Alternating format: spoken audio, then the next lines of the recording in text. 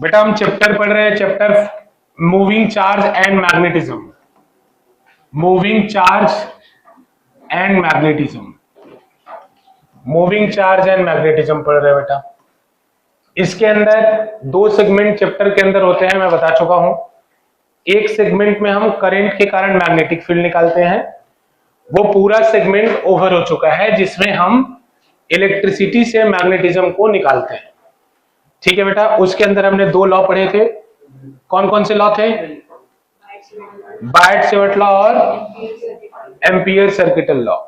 ये दो तरीके के लॉ उसमें हमने पढ़े थे, Biot Savart law and Ampere circuital law. उसके बाकी एप्लीकेशन देखे थे, वो आप देखिएगा। इसके बाद बेटा इसमें दूसरा सेगमेंट जो होता है, हम फोर्स निकालते हैं। तो हमने निकाला था, मतलब इस सेगमेंट के अंदर हमने पढ़ा था दो फोर्स। सबसे पहले एक फोर्स पढ़ा था, उस फोर्स का नाम था लॉरेंज फोर्स। बेटा लॉरेंज फोर्स के अंदर हमने ये देखा था दो तरीके के फोर्स थे, इलेक्ट्रिकल और मैग्नेटिक। तो इसके अंदर हमने पढ़ा था बच्चों मैग्नेटिक फोर्स। मैग्नेटिक फोर्स पढ़ा था, इसकी प्रॉपर्टीज पढ़ी थी। फिर हमने एक पढ़ा था motion of charge particle in perpendicular uniform perpendicular magnetic field, जिसके अंदर कुछ फॉर्मूले निकले थे। याद है आपको कौन कौन से फॉर्मूले थे? R equal to M V by Q B, P by Q B, under root 2m K by Q B और under root 2m Q B by Q B. ठीक है ना। टाइम पीरियड का फॉर्मूला था 2 pi m upon Q B. मुझे एक question दीक्षा ने पूछा था, ठीक है दीक्षा, मैं बता दूंगा वो क्वेश्चन।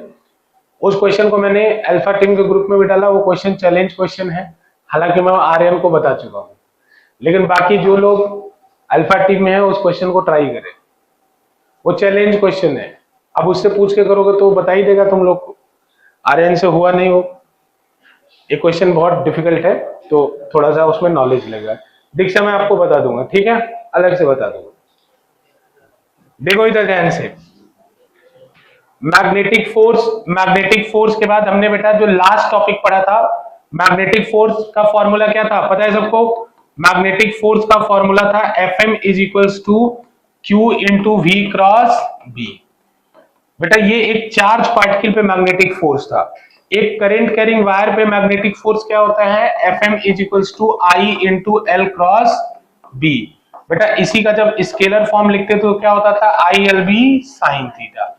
बेटा इस केस में फोर्स का डायरेक्शन कैसे निकालते थे? करंट की तरफ हाथ रख के मैग्नेटिक फील्ड की तरफ घुमाते थे।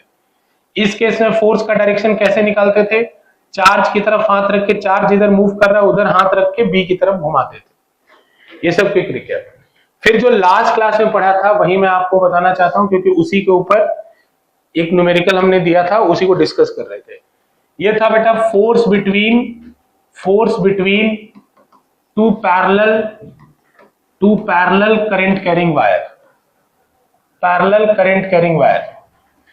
करंट कैरिंग वायर बेटा अगर दो पैरेलल करंट कैरिंग वायर है तो उसके बीच में क्या फोर्स लगता है?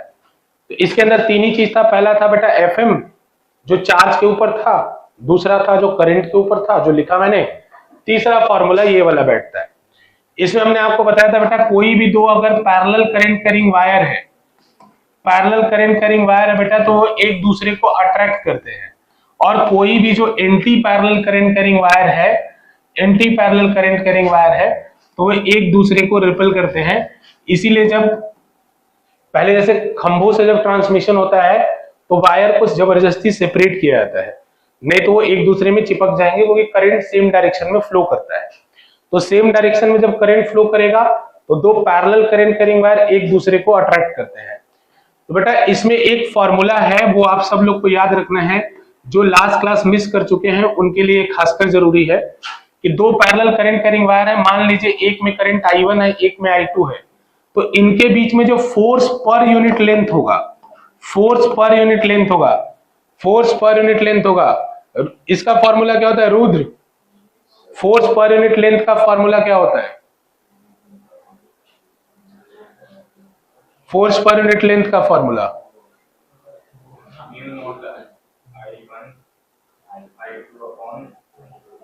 गधा कहिएगा, mu naught I1 I2 upon 2 पाई डी।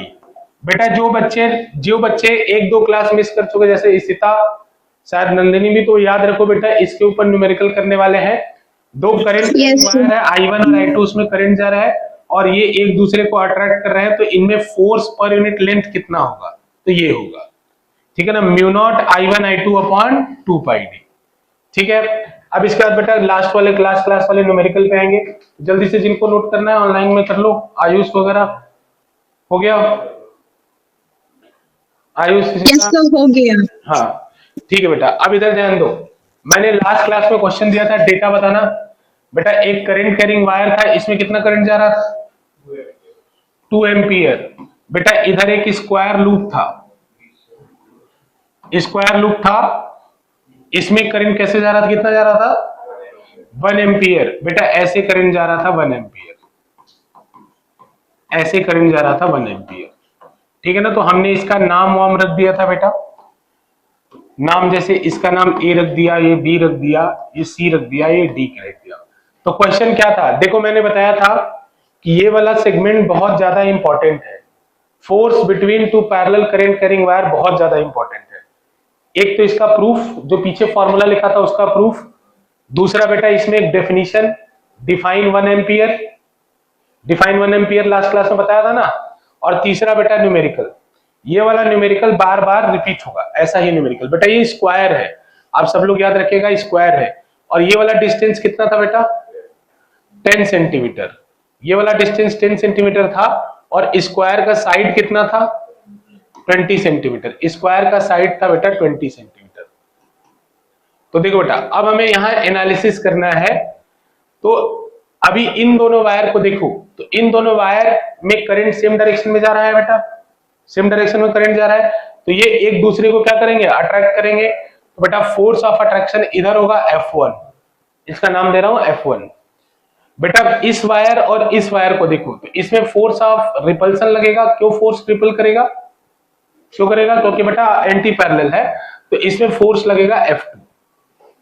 ठीक है ना, तो F1 और F2 में कौन, अच्छा ऊपर वालों की बात करें तो बेटा B, और B से लेके C तक और D से लेके A तक, तो बेटा इनके ऊपर फोर्स कैसे लगेगा? तो बेटा इनके ऊपर फोर्स लगने के लिए आप चेक करना चाहें तो कर भी सकते हैं, बाकी मैं डायरेक्ट बता रहा हूं। इसके ऊपर फोर्स ऊपर लगेगा और इसके ऊपर फोर्स नीचे लगेगा, और बेटा बाई सिमेट्री ये दोनों एक दूसरे को कैंसिल आउट करेंगे। बाई सिमेट्री, बेटा ये कैसे पता कि ये दोनों फोर्स बराबर होंगे? कैसे पता? बाई सिमेट्री पता। ठीक है बेटा, और अगर इन फोर्सेस को, मैंने बोला था अगर इन फोर्सेस को कैलकुलेट करना हो तो जेई का क्वेश्चन है। ठीक है ना, फिर हमने लास्ट में किया भी था इसको, मतलब जब क्लास खत्म हो गई थी तो हमने इसको लॉग वाला करके फिर निकाला भी था।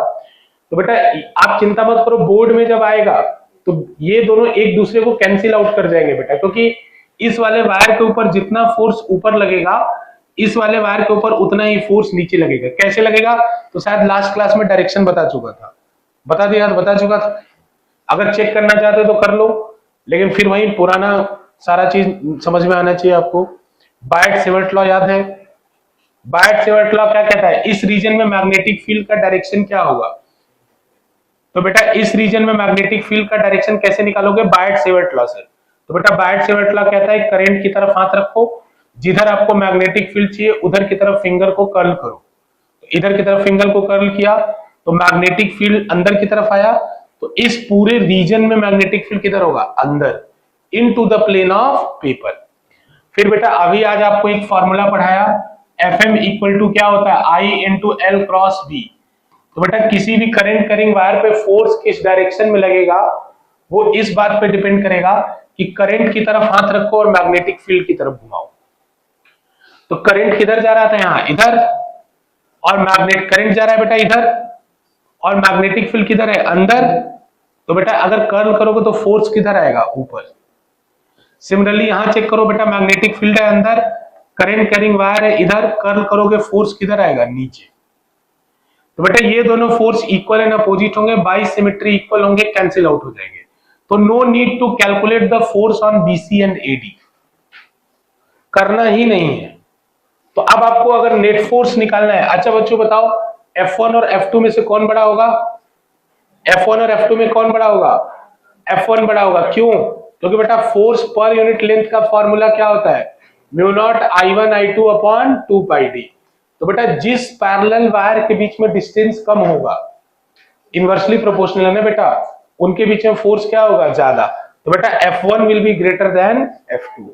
तो यहां से क्वेश्चन आपसे आएगा, एमसीक्यू में भी आ सकता है कि अगर एक करंट कैरिंग वायर है, उसके बगल में लूप रखा है, तो लूप किधर जाएगा, ऊपर जाएगा, नीचे जाएगा, टुवर्ड्स द वायर जाएगा या अवे फ्रॉम द वायर जाएगा।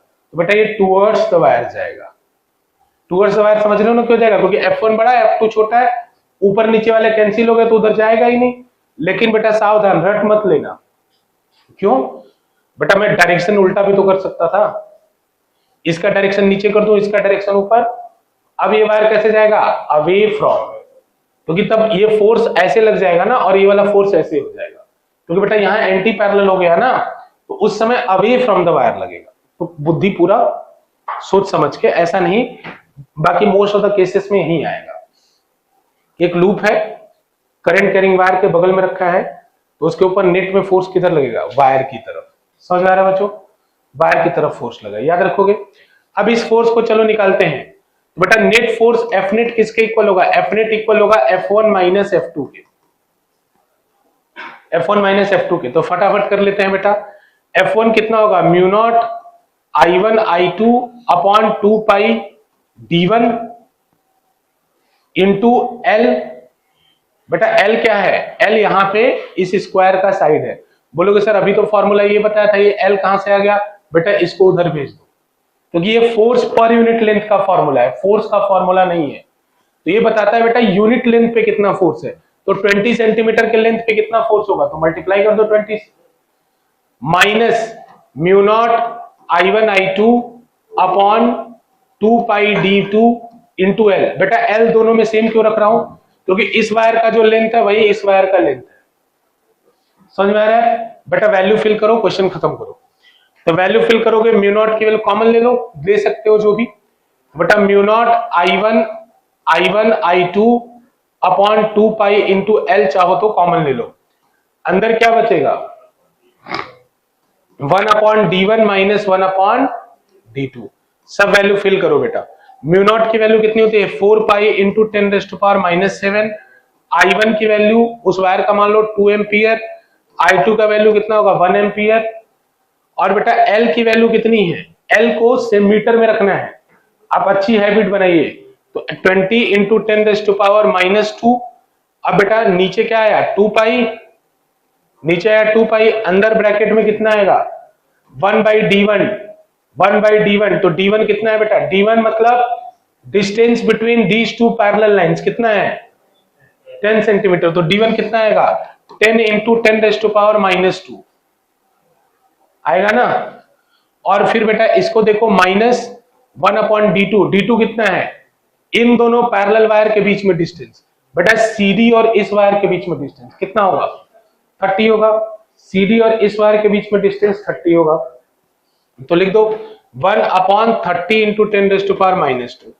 और बेटा बस इसको सॉल्व कर लो, सॉल्व इजिली हो जाएगा। तो 2π से इसको कैंसिल कर दो, 2 आ जाएगा। और जो भी देखो ये 10⁻⁻² कॉमन लेके कैंसिल भी कर सकते हो। तो देख लो ऊपर क्या बचा, ऊपर बचेगा उसको 10⁻⁻² नीचे से कैंसिल कर दो, बेटा 80 इंटू 10⁻⁻80 इंटू 10⁻। अच्छा इसको हटा दो, यहां बेटा शॉर्टकट में यहाँ इसको हटा दो, इसको हटा दो, इसको हटा दो। समझ रहे हो क्या कर रहा हूं मैं, इसको हटा दे रहा हूं यहां से, तो बेटा ये हट जाएगा, यहां से कॉमन लेके हटा रहा हूं मैं थोड़ा शॉर्टकट चल रहा हूं। बाकी अगर किसी को नहीं समझ में आएगा तो खुद कैलकुलेशन करके देखेगा, नहीं समझ में आएगा खुद कैलकुलेशन करके देखना है। तो यहां हो जाएगा 2 इंटू 4 80 आ जाएगा, 80 इंटू 10⁻⁻⁷। और अंदर क्या बचेगा बेटा 1/30, 30 का आएगा कितना आएगा बेटा, ये 30 माइनस 1 यानी 2 कितना आएगा देखो 2/30। सही कर रहा हूं ना, कैलकुलेशन चेक कर लेना। बाकी बच्चों 0 से 0 कैंसिल हो जाएगा, कितना आएगा 16/3 इंटू 10⁻⁻7 न्यूटन। चाहो तो वैल्यू पुट कर देना। 8/3 आ रहा है क्या? कौन सा मैंने छोड़ा? काम मिस्टेक किया मैंने?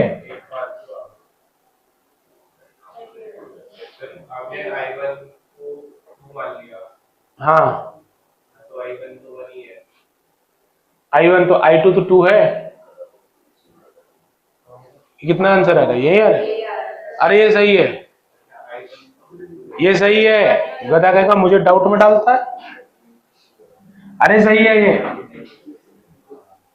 अपना गधापंती मेरे पे डालता है।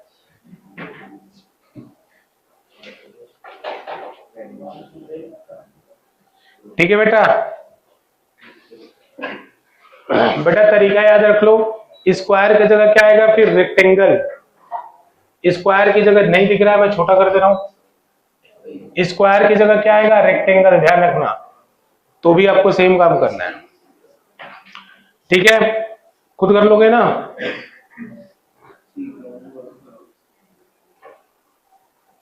बाकी अपने हिसाब से करना। देखो कभी कभी टीचर वगैरह कैलकुलेशन देखो तो बिना मतलब का कॉम्प्लिकेटेड होता है, अपने दिमाग से आप करना। अरे क्या करना है, समझ गए ना? ये टेक्निक समझ गए ना? वैल्यू फिल करके सॉल्व करना आराम से, आंसर आएगा अपने आप। ठीक, कोई दिक्कत? आगे चलें।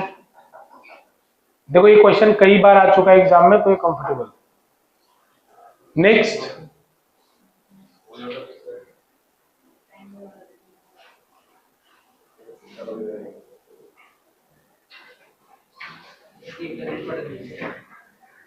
याद रखना बहुत इंपॉर्टेंट है।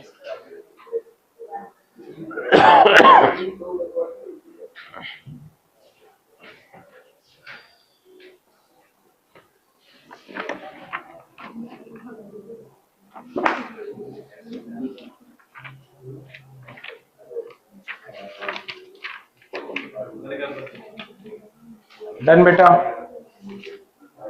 चलो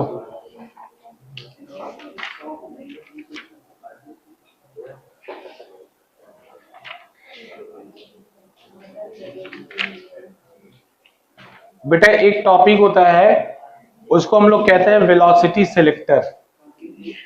ठीक है ना?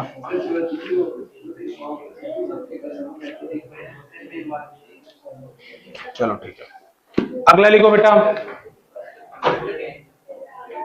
करंट कैरिंग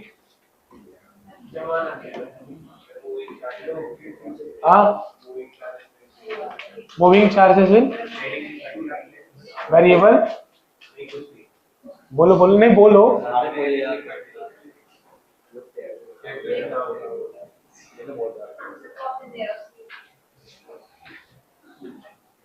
ठीक है, डन। लिखो करंट कैरिंग, करंट कैरिंग बेटा heading, current carrying loop as magnetic dipole. Current carrying loop as magnetic dipole. बेटा लिखो इसके अंदर current carrying loop as magnetic dipole. हाँ, current carrying loop as, current carrying loop as magnetic dipole, current carrying loop as magnetic dipole. लिखो जल्दी से, लिखो बेटा इसके अंदर every current carrying loop, every current carrying loop, every current carrying loop act as a magnetic dipole. Every current carrying loop, every current carrying loop act as a magnetic dipole, act as a magnetic dipole। ठीक है, every current carrying loop act as a magnetic dipole। बच्चों इधर ध्यान से देखो, act as a magnetic dipole। ठीक है, जैसे बेटा ये करंट कैरिंग लूप है, ये करंट कैरिंग सर्कुलर लूप है, करंट कैरिंग रेक्टेंगुलर लूप भी हो सकता है। समझ रहे हो कि नहीं बेटा? करंट कैरिंग रेक्टेंगुलर लूप भी हो सकता है।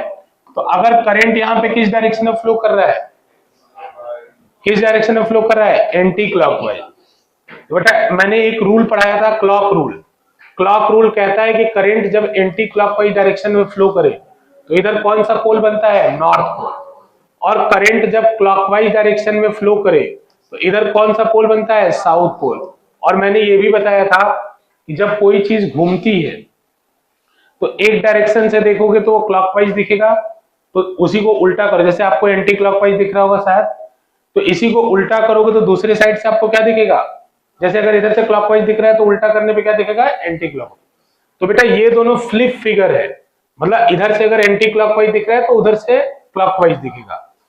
तो देखो बेटा, इस करंट कैरिंग लूप के अंदर डाईपोल का मतलब क्या होता है, दो पोल। डाईपोल का मतलब क्या होता है, दो पोल।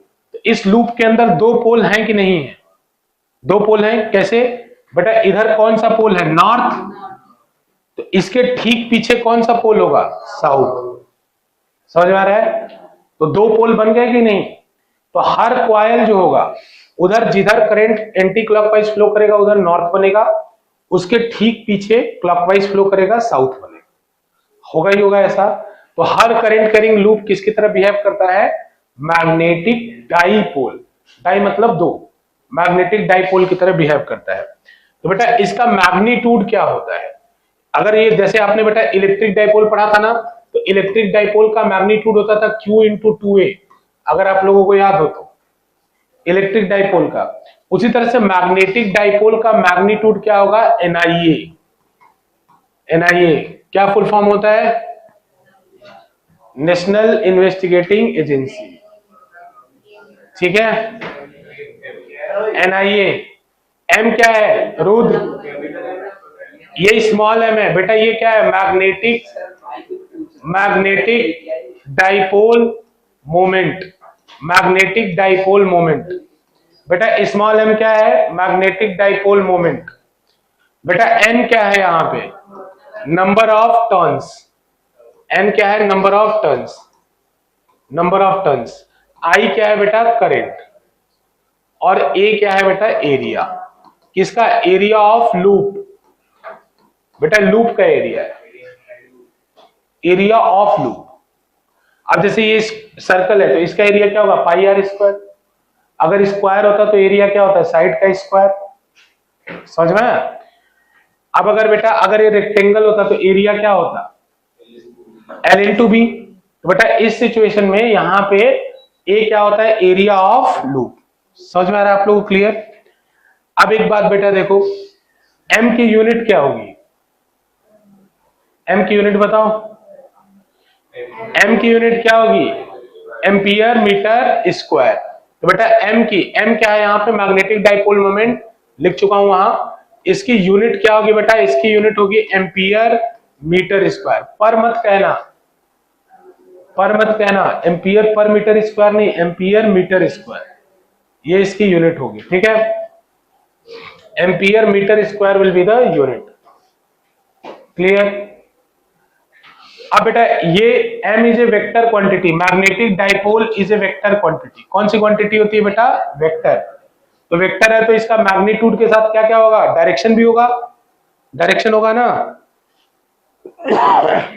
तो बच्चों इलेक्ट्रिक डाइपोल का डायरेक्शन क्या होता था, -2+। अगर जो लोग को इलेक्ट्रोस्टैट आता हो, नहीं आता हो तो फ्रेश ही समझो इसको। बेटा इलेक्ट्रिक डाइपोल में उसका डायरेक्शन होता था -2+, -q से +q। उसी तरह से बेटा यहां पे जो डायरेक्शन होता है, यहां पे जो मैग्नेटिक डाइपोल का डायरेक्शन होता है, डायरेक्शन ऑफ m वेक्टर जो होता है वो होता है south to north, south to north, south to north. देखो बेटा इसको बताने का कॉम्प्लिकेटेड तरीका भी है, लेकिन मैं यही प्रीफर करता हूं। साउथ टू नॉर्थ में बताते हैं कि पहले करंट के डायरेक्शन में फिंगर को कर्ल करो, थंब दिधर जाएगा, उधर मैग्नेटिक डाइपोल का डायरेक्शन होगा। अगर आपको ये समझ में आ रहा है तो भी देख लो, अदरवाइज साउथ टू नॉर्थ ज्यादा बेटर है। साउथ टू नॉर्थ बेटर कैसे है, जैसे बेटा ये नॉर्थ पोल इधर बना है तो साउथ पोल किधर होगा, पीछे। तो अगर साउथ से नॉर्थ आओगे तो किधर आओगे, बाहर। यहाँ पे इस केस में मैग्नेटिक डाइपोल का डायरेक्शन किधर है, आउटवर्ड, मतलब perpendicular to the plane of paper. समझ रहे हो कि नहीं बेटा, ये याद रखो इसका मैग्नीट्यूड इतना होता है, मैग्नेटिक डाइपोल मोमेंट का मैग्नीट्यूड कितना होता है, NIA। इसका डायरेक्शन कितना होता है, south to north, south to north होता है। निकाल लोगे, चलो मुझे डायरेक्शन बताओ। लिख लिया इसको, अच्छा लिख रहे थे, जल्दी से लिख, जल्दी मैग्नेटिक डाइपोल मोमेंट, जल्दी बेटा, इसका डायरेक्शन क्या होता है, साउथ टू नॉर्थ। इसका फॉर्मूला क्या होता है, NIA, N क्या है, नंबर ऑफ टर्न्स। डन, आगे चले बेटा, ये छोटी चीज है, इसमें इतना टाइम क्यों लगा रहे हो। देखो इधर एक क्वेश्चन है, मुझे बताओ फटाफट बेटा, रेक्टेंगल है बेटा, रेक्टेंगल है, L की वैल्यू है 30 सेंटीमीटर, विड्थ है इसका, या B की वैल्यू है 20 सेंटीमीटर। इसमें जो करंट फ्लो कर रहा है वो 2 एम्पियर फ्लो कर रहा है क्लॉकवाइज, ठीक है ना। और इसका जो नंबर ऑफ टर्न्स है, नंबर ऑफ टर्न्स बेटा ये 10 है। तो इस केस में मैग्नेटिक डाइपोल मोमेंट की वैल्यू बताओ और डायरेक्शन बताओ। जल्दी करो। बी बेटा क्या है, लेंथ ब्रेथ चाहिए ना आपको, रेक्टेंगल है तो लेंथ और ब्रेथ चाहिए ना आपको। अरे हाँ ठीक है, गधा कहीं समझ तो गया था ना। क्लॉकवाइज,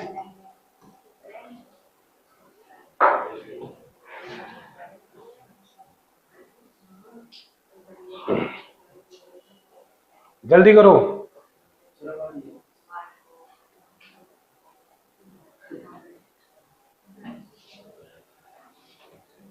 निकालो।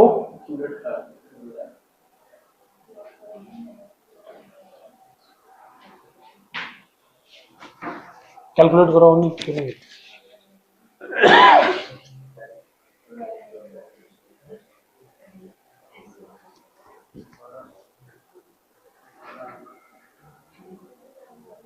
बेटा आप एज्यूम कर लीजिए कि ये रेक्टेंगल आपके पेपर पे बना हुआ है, उसके हिसाब से आप मुझे डायरेक्शन बताइए। ये रेक्टेंगल आपके पेपर पे बना है और आपको क्लॉकवाइज दिख रहा है, चल रहा हो, देखो ठीक है बेटा।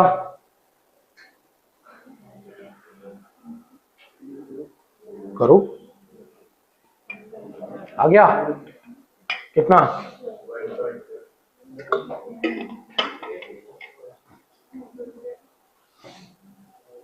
आ गया। नंदिनी कितना है बेटा? सर 1200 150।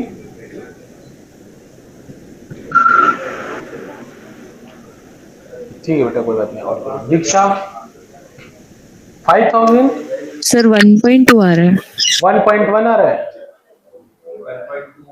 1.2 बता रहे हैं। आया नहीं आया?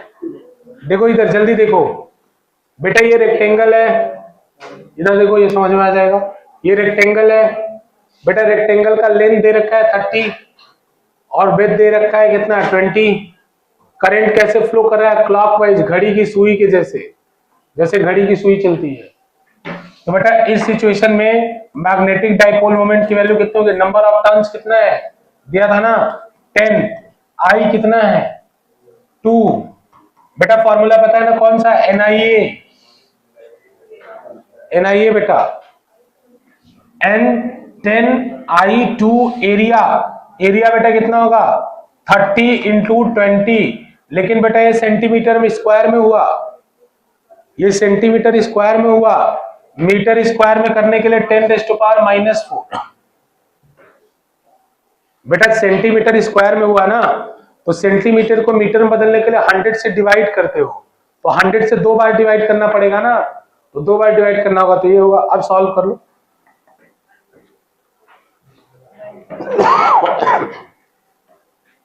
देख लो कितना है, अब सॉल्व करके।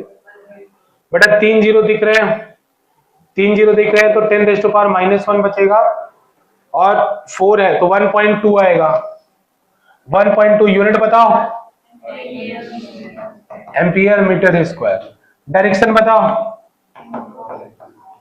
अरे डायरेक्शन बताओ, ऐसे वो मैंने समझने के लिए बताया था, ऐसे थोड़ी लिख दोगे। Into the plane of paper, into the plane of paper. बेटा इधर साउथ बना, पीछे क्या है नॉर्थ, तो साउथ से नॉर्थ जाओगे तो अंदर जाओगे ना, तो साउथ से नॉर्थ अंदर जाओगे तो इसका डायरेक्शन क्या होगा, into the plane of paper, into the plane of paper, into the plane of paper, ये इसका डायरेक्शन होगा, into the plane of paper, ये इसका डायरेक्शन होगा। अंदर क्यों जाएगा, इधर क्या है, इस तरफ क्या है, साउथ, कैसे पता साउथ है, क्लॉकवाइज है, तो इसके ठीक पीछे क्या होगा, नॉर्थ, तो साउथ से नॉर्थ जाओगे तो पीछे ही तो जाओगे, अंदर ही तो जाओगे, तो into the plane of paper. बाकी जो मैं डाउट और, हाँ बोलो बोलो बोलो। क्वेश्चन में नहीं था ये, मैंने लिखवाया था कि डायरेक्शन होता है साउथ टू नॉर्थ। और जितने लोग को अभी भी डाउट है, करंट के डायरेक्शन में अपनी फिंगर को, राइट हैंड की फिंगर को कर्ल कर लो, अंगूठा जिधर जाएगा वही एम का डायरेक्शन होगा। करंट के डायरेक्शन में फिंगर कर्ल करो, अंगूठा किधर गया, अंदर, एम का डायरेक्शन किधर होगा, अंदर, अंगूठे से भी कर लो। जिसको इसमें कंफ्यूजन हो रहा है नॉर्थ किधर साउथ किधर, करंट के डायरेक्शन में फिंगर को कर्ल करो, जिधर अंगूठा जाएगा उधर ही एम का डायरेक्शन होगा।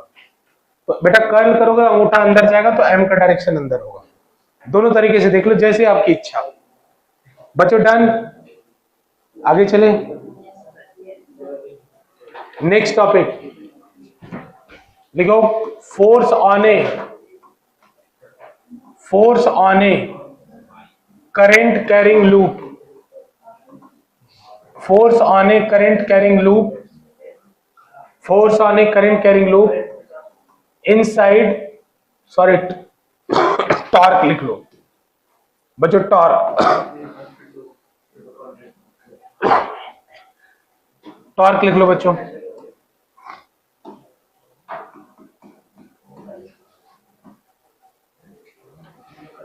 Torque on A current carrying loop inside the uniform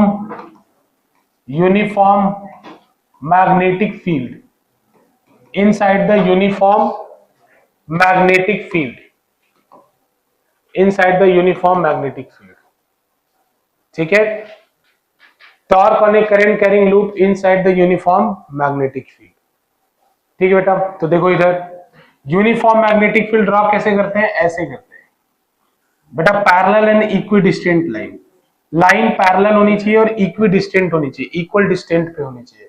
अगर ऐसा है बेटा तो ये यूनिफॉर्म मैग्नेटिक फील्ड होता है। ठीक है ना। अब इसके अंदर हम लोग करंट कैरिंग लूप को रखते हैं। तो जब मैंने करंट कैरिंग लूप को रखा, एक लूप है, ऐसे रख लो इसको,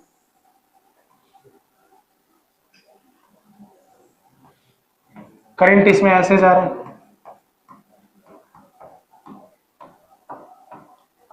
इस लूप का जो लेंथ है बेटा, ये लेंथ मान लो L है, और ये जो ब्रेथ है इसको B मान लो, L और B मान लो। ठीक है, ऐसा सिचुएशन है। और ये बेटा मैग्नेटिक फील्ड है B, यूनिफॉर्म मैग्नेटिक फील्ड है। पैरेलल एंड इक्विडिस्टेंट लाइन से इसको हम लोग बनाते हैं। हालांकि अगर इक्विडिस्टेंट नहीं हो, पैरेलल नहीं हो, तो ध्यान देना पैरेलल एंड इक्विडिस्टेंट होनी चाहिए। ठीक है, डन बच्चों। तो सबसे पहला इसमें एक क्वेश्चन बना लिया ना, जल्दी करो, फिर उसके बाद अब ध्यान से सुनो, अब मत बनाओ बेटा। सबसे पहला क्वेश्चन पूछा जाएगा कि what is the net force on A current carrying loop inside the magnetic field. ठीक है ना, inside a uniform magnetic field. ठीक है बेटा, तो यहां सुनो, मैं एक बात बताता हूं आपको। जैसे ये मैग्नेटिक फील्ड है, इसमें मैंने एक मैग्नेट को रखा, ये बेटा एक बार मैग्नेट है, इसको रखा, ये इसका नॉर्थ है, ये इसका साउथ है, ये नॉर्थ है, ये साउथ है। तो बेटा जो नॉर्थ पोल होता है, उसके ऊपर जो फोर्स लगता है वो मैग्नेटिक फील्ड के डायरेक्शन में लगता है, और जो साउथ पोल होता है उसके ऊपर जो फोर्स लगता है वो मैग्नेटिक फील्ड के अपोजिट डायरेक्शन में लगता है। ठीक है, नॉर्थ पोल के ऊपर फोर्स मैग्नेटिक फील्ड के सेम डायरेक्शन में लगता है, साउथ पोल के ऊपर फोर्स मैग्नेटिक फोर्स के अपोजिट डायरेक्शन में लगता है। तो बताओ इस मैग्नेट पे नेट फोर्स कितना हुआ, 0। जैसा आपका दो हाथ है, इधर जितना फोर्स से ये खींच रहा है उतना ही फोर्स से इधर भी खींचा जा रहा है। तो बेटा डाईपोल है ना, डाईपोल, दोनों मैग्नेट में दो पोल तो होंगे ही, तो एक पोल इधर जाना चाहेगा और एक पोल इधर जाना चाहेगा। तो नेट में फोर्स कितना होगा, 0। लेकिन बेटा ये तभी तक होगा जब तक फील्ड क्या हो, यूनिफॉर्म। अगर फील्ड यूनिफॉर्म नहीं हो तो नहीं होगा। क्यों? यहां पे बी का वैल्यू कुछ और होगा और यहां पे बी का वैल्यू कुछ और होगा, तो आगे वाला फोर्स का वैल्यू कुछ और होगा और पीछे वाले फोर्स का वैल्यू कुछ और होगा। अब नहीं होगा। तो बेटा एक बात कि अगर कोई भी मैग्नेटिक डाईपोल है, बेटा ये भी तो डाईपोल है, डाईपोल मतलब दो पोल है कि नहीं, कोई भी अगर मैग्नेटिक डाईपोल है उसको यूनिफॉर्म मैग्नेटिक फील्ड में रखोगे तो नेट फोर्स कितना होगा, 0। तो बेटा इस लूप को भी अगर मैंने यूनिफॉर्म मैग्नेटिक फील्ड में रखा है तो उसके ऊपर नेट फोर्स कितना होगा, 0। तो बेटा नोट करके यही बात लिखो। बेटा नोट करके लिखो, नेट फोर्स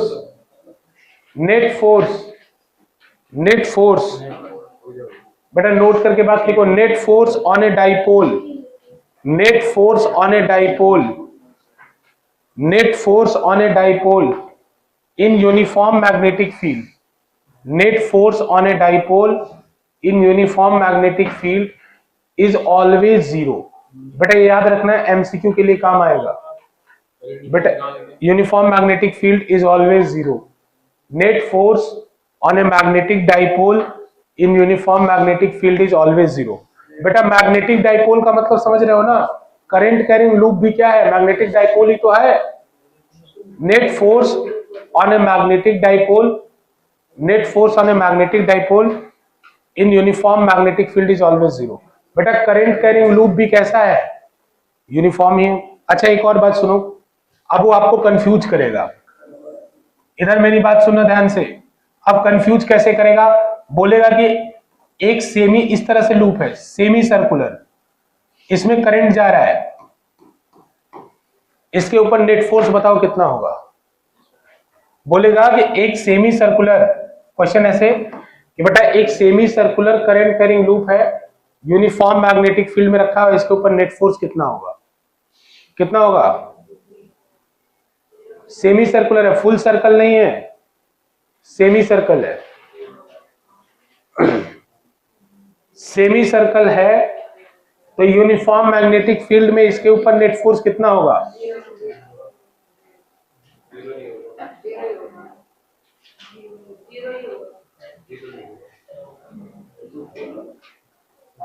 बताओ ध्यान, 0 होगा। दीक्षा 0 होगा, Yes, sir. Nandini 0, Yes, sir. Aryan नहीं होगा, विनोद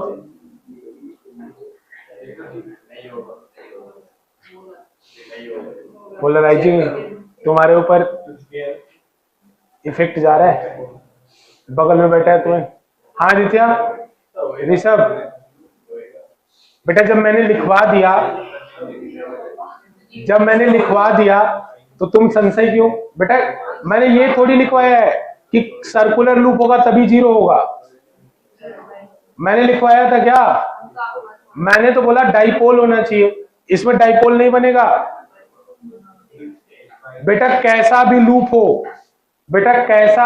हो, वो एक मैग्नेटिक डाइपोल होता है, और अगर कैसा भी लूप अगर मैग्नेटिक डाइपोल है तो उसके ऊपर नेट फोर्स कितना होगा, 0 होके रहेगा, 100% होगा। गदा तुम प्रोजेक्शन निकाल पाओगे, आइंस्टीन?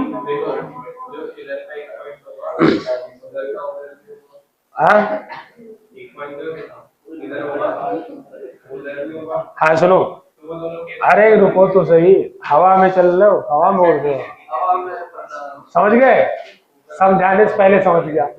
बेटा इधर सुनो ध्यान से आर्यन, अगर तुम समझना ही चाहते हो तो इस हाफ पार्ट का 2 कंपोनेंट आएगा फोर्स का, एक ऊपर एक इधर, और इस हाफ पार्ट का एक इधर आएगा एक ऊपर वाला नीचे वाले को उड़ाएगा और साइड वाले साइड को उड़ाएंगे, अभी भी होगा। कीवर्ड याद रखो, लूप हो और यूनिफॉर्म मैग्नेटिक फील्ड हो। ब्रह्मा भी आके कहें, ब्रह्मा जी भी, कि मैग्नेटिक फोर्स 0 होगा कि नहीं, तो 0 होगा। समझ में आया बात? दो चीज याद रखो बस, क्या क्या होना चाहिए, क्या क्या होना चाहिए बेटा? करंट कैरिंग लूप होना चाहिए और यूनिफॉर्म मैग्नेटिक फील्ड। याद रखना, नॉन यूनिफॉर्म हो तब मत लपेट देना कि सर इतने कॉन्फिडेंस से बोले करंट कैरिंग दिख गया, लूप दिख गया, लेकिन नॉन यूनिफॉर्म मैग्नेटिक फील्ड दिखा, उसमें भी लपेट दिए। फिर आके बोलोगे सर पेपर तो बहुत अच्छा हुआ, नंबर तो 4 ही आए, तो उसमें मैं कुछ नहीं कर सकता। ठीक है, याद रखना बेटा, नॉन यूनिफॉर्म फील्ड की गारंटी नहीं। अरे लिख लो, काम आएगा। F net will be equal to 0, सीधा सीधा बात। एक और क्वेश्चन, अब की बार आर्यन बताएगा।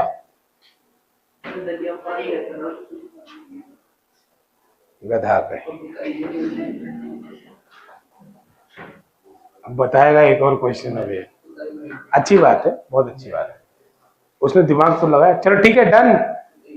एक और क्वेश्चन, अब सोच के बोलना बेटा। एक यूनिफॉर्म मैग्नेटिक फील्ड अंदर की तरफ जा रही है बेटा, यूनिफॉर्म मैग्नेटिक फील्ड है। यूनिफॉर्म मैग्नेटिक फील्ड मतलब बी की वैल्यू कांस्टेंट है बेटा। यूनिफॉर्म का मतलब बी कांस्टेंट भी होता है। कभी क्वेश्चन में बी कांस्टेंट लिख दे तो खोजने मत लग जाना कि यूनिफॉर्म तो लिखा ही नहीं। अरे ये सब कॉमन सेंस है। बी कांस्टेंट लिखने का मतलब यूनिफॉर्म होता है। समझ में आ रहा है आपको बात? तो बेटा बी कांस्टेंट है। आर्यन, एक मैंने करंट कैरिंग लूप लिया, करंट कैरिंग लूप लिया, लूप लेने के बाद उसको ऐसे मोड़ दिया। समझ रहे हो? जाओ, तुम्हारी छुट्टी छुट्टी छुट्टी, जाओ जाओ जाओ।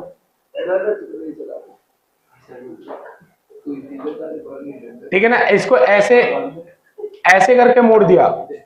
फील कर पा रहे हो? मतलब ऐसे पूरा ये सर्कल था, एक पार्ट को आधे से ऐसे उठा दिया। ठीक है, उठाने के बाद इस मैग्नेटिक फील्ड में रख दिया। अब मैं ड्राइंग कैसे बनाऊं, फिर भी I will try my level best. अरे समझ रहे हो ना? ऐसे ऐसे था सर्कल, इसको ऐसे पूरा सर्कल था, इसको ऐसे कर दिया। अब आधा सेमी सर्कल ऐसे है और आधा सेमी सर्कल ऐसे है। अब बताओ मैग्नेटिक फोर्स कितना होगा? करंट जा रहा है अभी भी।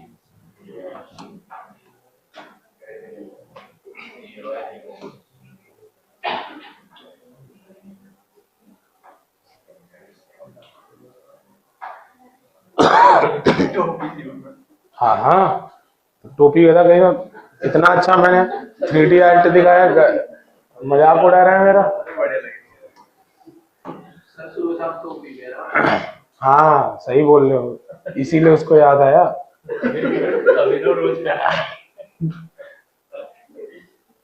अब बताओ, अब बताओ गधा, जब मैंने बोल दिया तो बोल दिया। अब लूप किसी भी प्लेन में हो, तुम्हें लूप बोल दे कि रैंडम लूप हो, ऐसा लूप हो, ऐसा मतलब कैसा भी लूप हो ऐसा। ठीक है, अगर लूप है बेटा, ऐसा लूप है और दो वर्ड लूप होना चाहिए और यूनिफॉर्म मैग्नेटिक फील्ड में होना चाहिए, तो फोर्स क्या होगा उसके ऊपर? अगर किसी ने ये गलत कर दिया ना बेटा, सोच लेना फिर। ये सब क्वेश्चन आ चुके हैं एग्जाम में। ठीक है, बेटा बोलेगा कि अब की बार पहले पूरा रेक्टेंगल था, उसको आधा काट दिया, कुछ भी करे, कुछ भी करे। हाँ, तो तुम क्या समझ रहे हो मतलब? देखो पेपर ऐसा है कि इसी सब चीजों में से आएगा, लेकिन तुम याद कितना रख पाओगे? अभी तुम्हें लग रहा है ना कि तुम्हें याद आ जाएगा। बेटा देखो इधर आगे चले, डेरिवेशन करें अब टॉर्क का। टाइम क्या होता है? अभी तो 7, अरे अभी बहुत टाइम बचा हुआ बच्चों, टाइम ही टाइम है अभी तो।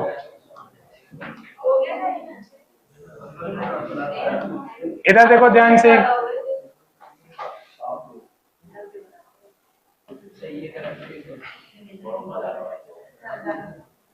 बेटा इधर ध्यान से सुनो, ये नाम दे देता हूं, अब डेरिवेशन कर लेते हैं। इधर ध्यान से सुनो बेटा, अब मैं क्या बता रहा हूं, टॉर्क। फोर्स बता चुका मैं, अब क्या बता रहा हूं, टॉर्क। बेटा फोर्स क्या करता है, सीधा चलाता है, टॉर्क क्या करता है, घुमाता है। टॉर्क क्या करता है, घुमाता है। इधर देखो पिछला वाला केस देखो, पिछले वाले केस में मैग्नेट ऐसे था ना बेटा, ये जो केस ऐसे बना था, या नॉर्थ था या साउथ था कि नहीं बेटा, इस पे फोर्स किधर लग रहा था, आगे, और इस पे फोर्स किधर लग रहा था, पीछे। तो नेट फोर्स कितना था, कितना था नेट फोर्स, 0। बेटा इसको लेकिन खींचो आप, इन दोनों को खींचो, तो ये मैग्नेट बीच से घूमेगा नहीं। खींच के देखो, ऐसे खींचोगे तो घूमेगा नहीं। यानी इन दोनों फोर्स का जो टोटल इफेक्ट है वो 0 है, लेकिन इन फोर्सेस के द्वारा जो प्रोड्यूस हो रहा है टॉर्क है वो 0 नहीं है। क्योंकि ऐसे खींचोगे दोनों को तो ये मैग्नेट ऐसे सीधा होगा, सीधा होगा मतलब इस पॉइंट के बाद घूम रहा है। तो द नेट फोर्स 0 होता है, लेकिन टॉर्क 0 एक कंडीशन में होता है, अदरवाइज नहीं होता है। तो आपको सबसे पहले इसका डेरिवेशन करेंगे, टॉर्क का डेरिवेशन करेंगे बेटा। तो टॉर्क का डेरिवेशन कैसे होगा, इधर ध्यान से देखो, मैं नाम दे रहा हूं बेटा, ये ए है, ये बी है, ये सी है, ये डी है, ए बी सी डी। बेटा मुझे ए बी वाले हिस्से पे फोर्स का डायरेक्शन बताओ आप लोग, कैसे बताओगे बेटा, F equal to I into L cross B. Current की तरफ हाथ रखो, मैग्नेटिक फील्ड की तरफ घुमाओ, राइट हैंड करंट की तरफ रखो, मैग्नेटिक फील्ड की तरफ घुमाओ। बेटा करंट किधर है, फ्लेमिंग लेफ्ट हैंड रूल, हाथ तोड़ दूंगा मैं।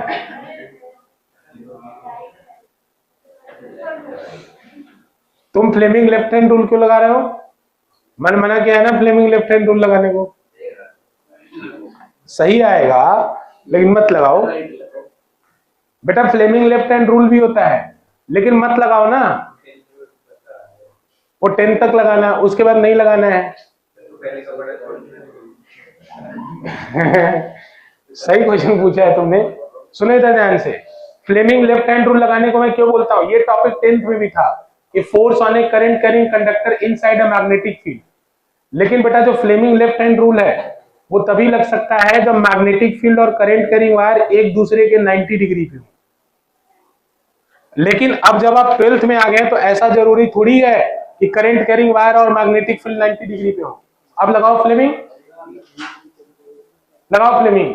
क्या ये जो ऐसे 90, क्या जो ऐसे 90 ऐसे कर दोगे, ऐसे कर दोगे अब कि नहीं, एंगल कम हो गया, वैसे कर लेंगे, गधा कहीं का।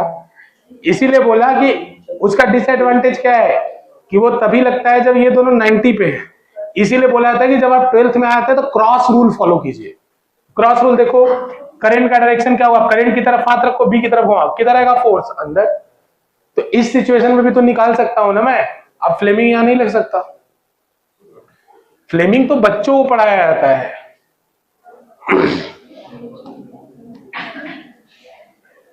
इस केस में फोर्स किधर लगेगा, करंट की तरफ हाथ रखो, बी की तरफ घुमाओ, तो करंट इधर है बेटा, चारों फिंगर करंट की तरफ रखो, बी किधर है, इधर घुमाओगे, फोर्स किधर आएगा, अंदर। तो बेटा फोर्स आया क्रॉस, क्रॉस लगा दूं, क्रॉस मतलब अंदर की तरफ। ये कौन सा फोर्स है, force on A B, force on B to C. कौन बताएगा, चुप रहो। Force on B to C बेटा 0 होगा, मत निकालो, फिर वही बात, वही डायलॉग बोल दूंगा कि जो बच्चा पैदा ही नहीं हुआ उसका मुंडन कर रहे हो। क्यों, गधा कहीं का। मैंने पहले ही बताया है, F इक्वल्स टू क्या होता है, ILB sin थीटा। बेटा मैंने बताया करंट कैरिंग वायर और मैग्नेटिक फील्ड जब दोनों सेम डायरेक्शन में हो, या करंट कैरिंग वायर और मैग्नेटिक फील्ड जब अपोजिट डायरेक्शन में एंटी पैरेलल हो, तो यहाँ थीटा क्या बनता है, 0, यहाँ थीटा क्या बनता है, 180। दोनों का वैल्यू क्या होता है, 0। साइन का वैल्यू क्या होता है दोनों के लिए, 0। तो दोनों ही केस में फोर्स क्या होता है, 0। तो ऐसा मत करो कि भाई छोड़ दो फिजिक्स को, बी टू सी में पैरेलल है ना वायर, तो क्यों निकाल रहे हो डायरेक्शन, पहले देख तो लो फोर्स होगा कि नहीं। तो बेटा इसके ऊपर फोर्स कितना आएगा, 0। अब देखो सीडी पे चेक करो, सीडी पे बेटा करंट की तरफ हाथ रखो, मैग्नेटिक फील्ड की तरफ घुमाओ। बेटा सीडी पे चेक करो तब तक आप लोग।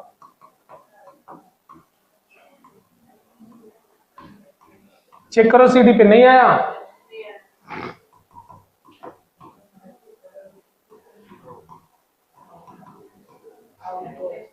सीडी पे चेक करो, करंट की तरफ हाथ रखो, मैग्नेटिक फील्ड की तरफ घुमाओ। बेटा करंट किधर है? नीचे की तरफ। मैग्नेटिक फील्ड किधर है? इधर की तरफ। तो किधर आएगा? बाहर की तरफ। जीरो। गधा है, जीरो कौन बोला? बेटा अब की बार 90 है ना। ये देखो वायर और मैग्नेटिक फील्ड के बीच में एंगल 90 है बेटा, फोर्स मैक्सिमम होगा।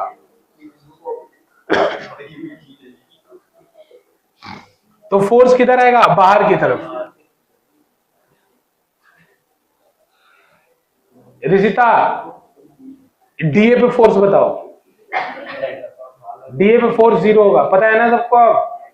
क्योंकि Yes, sir. तो बेटा एफ सी डी कितना होगा? एफ सी डी होगा, करंट है आई, लेंथ है बेटा, इसका लेंथ कितना है? एल, और मैग्नेटिक फील्ड कितना है? बी, एंगल कितना है? 90। तो बेटा ये फिर से कितना आएगा? I L B. और बेटा एफ ए डी कितना आएगा? एफ ए डी कितना आएगा? एडी कहो, डीए कहो, कोई बात नहीं, ठीक है, 0 आएगा। अब टॉर्क का फॉर्मूला क्या होता है? इधर ध्यान दो। टॉर्क का फॉर्मूला क्या होता है? टॉर्क बराबर होता है बेटा R perpendicular into F. Torque बराबर क्या होता है? R perpendicular into F. जितने लोग को नहीं आता है घबराओ मत, सब बताया जाएगा, ठीक है। फिजिक्स की क्लास इतने दिनों बाद हो रही है बेटा। टॉर्क का फॉर्मूला क्या होता है? R perpendicular into F. R perpendicular into F होता है। आर परपेंडिकुलर क्या है? देखो बेटा, एक बात कॉपी देना, एक खाली वाली, पूरी खाली है सर। देखो इधर, इसको आपको समझना है। इधर नॉर्थ पोल है, इधर साउथ पोल है, ठीक है। या यहीं पे देख लो बेटा, ये मैग्नेटिक फील्ड ऐसे जा रहा है, ये कॉपी मान लो लूप है, ये कॉपी लूप है। तो ये वाला हिस्सा इसका क्या है? इधर कर ले रहा हूं। ये वाला हिस्सा इसका ए बी है, और ये वाला हिस्सा इसका सी डी है, सी डी है ना। तो ये वाले हिस्से के ऊपर फोर्स किधर लग रहा है? अंदर। और इस वाले हिस्से के ऊपर फोर्स किधर लग रहा है? बाहर। तो अब मैं अपने इस हाथ से इस कॉपी को अंदर दबाऊं और इससे बाहर, तो ये कॉपी ऐसे घूमेगी ना, घूमेगी ना। ये इसी प्रिंसिपल पे मोटर काम करता है। मैग्नेटिक फील्ड में जब लूप के अंदर करंट देते हैं तो लूप घूम जाता है, समझ में आया ना। तो ये दोनों फोर्स क्या कर रहे हैं? टॉर्क प्रोड्यूस कर रहे हैं। इतना बात समझ में आया आपको बेटा? आया? अच्छा लो देखो बेटा, तो ये अब मैं टॉर्क निकालना चाह रहा हूं। तो बेटा सबसे पहले टॉर्क निकालूंगा tau A B. Tau A B, तो टाउ ए बी का वैल्यू कितना होगा? अच्छा ये वाला घूमेंगे किसके अबाउट? बीच वाले पॉइंट के अबाउट। इधर ध्यान दो बेटा, ये वाला जिनका 11th कमजोर है इधर ध्यान दे। 11th का वो कॉन्सेप्ट है, इसलिए बता रहा हूं, इतना ही काम है बस इसमें। बेटा ये घूमेगा बीच वाले एक्सिस के अबाउट। अरे वो कॉपी घूमेगा तो बीच से घूमेगा ना, तो बीच वाले एक्सिस के अबाउट जब ये घूमेगा तो बेटा ये आर परपेंडिकुलर क्या होता है? तो ये बेटा डिस्टेंस होता है फोर्स और जिस एक्सिस के अबाउट ये घूम रहा है उसके बीच में। फोर्स और जिस एक्सिस के अबाउट ये घूम रहा है उसके बीच में। तो बेटा फोर्स है अंदर और इस एक्सिस के अबाउट घूम रहा है, तो ये डिस्टेंस कितना होगा? आर परपेंडिकुलर, और ये होगा कितना? b/2। बेटा ये b है, तो आर परपेंडिकुलर इस केस में कितना होगा? b/2। और बेटा f कितना है? एफ ए बी ऊपर लिखा है बेटा, तो एफ ए बी का वैल्यू कितना होगा? एफ ए बी का वैल्यू कितना होगा? आई इंटू एल इंटू बी, आई इंटू एल इंटू बी। अब मान लो बेटा ये क्लॉकवाइज रोटेट कर रहा है, ऐसा मान लो। सिमिलरली बेटा आप किसका टॉर्क निकालोगे? टाउ सी डी का। तो टाउ सी डी के लिए भी बेटा फोर्स किधर लग रहा है? बाहर। फोर्स किधर लग रहा है? बाहर। इस एक्सिस से इस पॉइंट की दूरी कितनी है? कितनी है? b/2। इधर ध्यान दो रसिका, इस एक्सिस से इस पॉइंट की दूरी कितनी है? b/2। बेटा आर परपेंडिकुलर फिर से कितना हो जाएगा? b/2। V/2 हो जाएगा। बेटा फोर्स कितना है, देखो फोर्स है ILB, और बेटा दोनों टॉर्क सेम डायरेक्शन में घुमा रहे थे ना। सेम डायरेक्शन में घुमाने का मतलब क्या है, सेम डायरेक्शन में घुमाने का मतलब है कि इस वाले के ऊपर टॉर्क अंदर जा रहा था तो इसके ऊपर बाहर। अपोजिट डायरेक्शन का मतलब क्या, इसका अंदर तो इसका भी अंदर होता, मतलब ये भी फोर्स अंदर लगता। बेटा ये इसको ऐसे घुमाता, ये इसको ऐसे घुमाता, तो ये घूम ही नहीं पाता। लेकिन इसके ऊपर फोर्स अंदर लग रहा है, इस पे बाहर, तो इसलिए घूम रहा है। तो दोनों का जो रोटेशन का सेंस है वो सेम है। इसीलिए बेटा इसको अगर क्लॉकवाइज माना है तो इसको भी क्लॉकवाइज मानो। अब कुछ लोग बोलेंगे आपको कैसे पता क्लॉकवाइज, तो देखो बेटा ये कॉपी है, तुम लिख तो रहे नहीं हो, छोड़ो।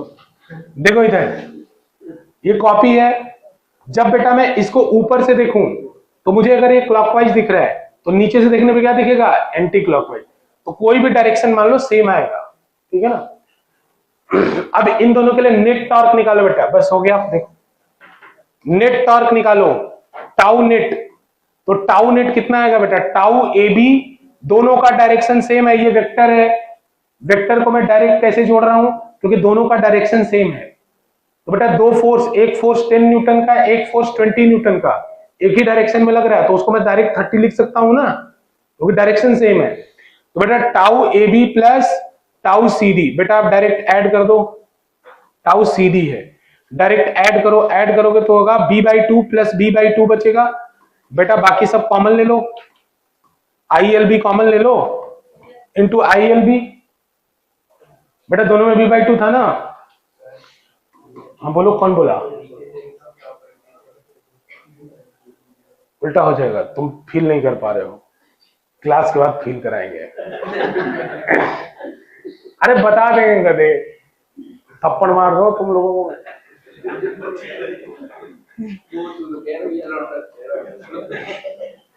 B इज इक्वल्स टू, अरे B/2 प्लस B/2 क्या हो गया, गधा कहीं का। ये B/2 प्लस B/2 किसके इक्वल होगा, B के, B into I into LB। तो बेटा देखो थोड़ा रीअरेंज और करो, I into L into B, L into small b, अरे समझ लेना, L into small b into capital B। अरे L इंटू B क्या होगा, इस रेक्टेंगल का एरिया है क्या, एरिया है ना। तो बेटा ये क्या हो जाएगा, I into A into B। बेटा I इंटू A किसके इक्वल हो जाएगा, M के। अरे नंबर ऑफ टर्न 1 है बेटा, M क्या होता है, NIA, M क्या होता है, NIA। बेटा N की वैल्यू 1 है, तो I इंटू A किसके इक्वल हो जाएगा, M के, ठीक है ना। तो यहां से जो फॉर्मूला बनेगा, श्रिंक कर ले रहे हैं थोड़ा सा। देखो मैग्नेटिज्म में थोड़ा विजुअलाइजेशन चाहिए होता है। I इंटू A, तो बेटा ये टार्क नेट जो है वो M इंटू B के इक्वल होगा। और बेटा मैं यहां साइन 90 लिख रहा हूं, जरा देखना M और B के बीच में एंगल कितना है यहाँ। अरे मैंने लिख दिया इस वजह से, करके दिखाओ कैसे 90 है। अंदर जा रहा है। M किधर जा रहा है, रसिका बताओ M किधर जा रहा है, कैसे पता, कैसे पता। अच्छा मतलब हाँ, तो ऐसे ही घुमाना है, अंदर ही अंगूठा आना चाहिए। बेटा करंट ऐसे जा रहा है तो करंट के डायरेक्शन में हाथ घुमाओ, M किधर आएगा, अंदर, B जा रहा है इधर, एंगल कितना है 90। तो बेटा हमने डिराइवेशन 90 वाले केस के लिए किया है। अगर कोई थीटा के लिए करोगे तो यहाँ ILB साइन थीटा बचेगा, ILB साइन थीटा, लास्ट में ILB साइन थीटा ले बचेगा। तो बेटा for general result, for general result ये टाउ नेट किसके इक्वल हो जाएगा, tau net will be equal to MV, बोलो क्या लिख दूं, MB sine theta. Tau net will be equal to MB sine theta, MB sine theta, ठीक है बेटा। तो after verifying the direction, after verifying direction, after verifying direction, बेटा जब डायरेक्शन को वेरीफाई किया, अब डायरेक्शन को वेरीफाई करने का मतलब क्या है बेटा, MB sine theta M cross B भी हो सकता है, B क्रॉस M भी हो सकता है। अरे A क्रॉस B भी AB साइन थीटा मैग्नीट्यूड होगा और B क्रॉस A भी होगा। तो बेटा डायरेक्शन को जब वेरीफाई करते हैं तो tau net is equals to निकल के आता है M क्रॉस B। ये फाइनल फॉर्मूला है, ये इसका स्केलर फॉर्म है, ये लिख लो।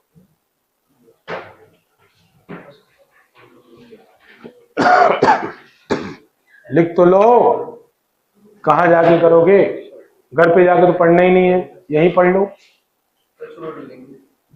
बस बस ठीक है, बैठो, कहां जा रही है दीक्षा, रुकना, दीक्षा रुकना, अल्फा वाले रुकना 1 मिनट। अच्छा तुम चले जाना खुशी को भी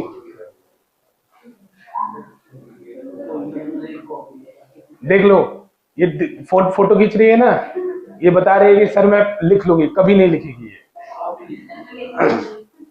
ऐसे फोन में जितने फोटो खींचते हैं ना बोर्ड का, वो बस दिखाना चाहते हैं सर हम लोग बहुत, अरे तुम इतने सिंसियर हो तो क्लास में लिखो। अभी तुमसे लिखा नहीं जा रहा, घर पे लिखा जाएगा। तुम्हारा क्या होगा, कुछ दिन बाद फोटो से गैलरी फिल हो जाएगा, मेमोरी फिल हो जाएगा। सबसे पहले फिजिक्स वाला ही डिलीट करोगे तुम।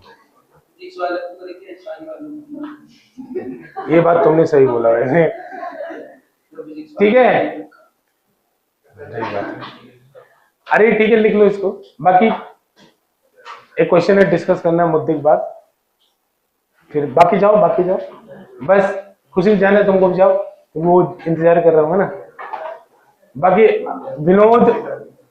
विनोद आर्यन और बाकी ऑनलाइन में जिसकी इच्छा है वो रुक सकता है। दीक्षा रुकना, दीक्षा का एक क्वेश्चन है वो डिस्कस करेंगे। रुकोगे, रुक जाओ 1 मिनट, रुक जाओ आरुष।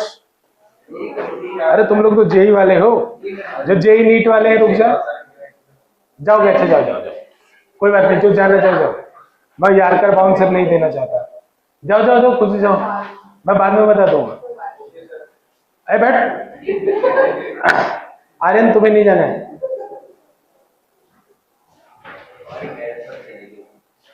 गेट बंद करो 1 मिनट। अरे ज्यादा नहीं, एक क्वेश्चन डिस्कस करूंगा, अब उसके बाद 10 मिनट में क्वेश्चन हो जाएगा। वो क्वेश्चन इतना बड़ा थोड़ी है कि इतना टाइम लगेगा।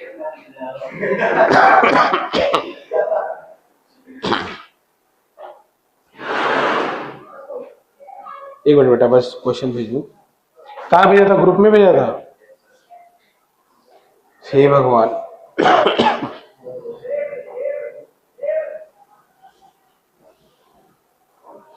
एक मिनट बेटा, 1 मिनट दे रहा हूं।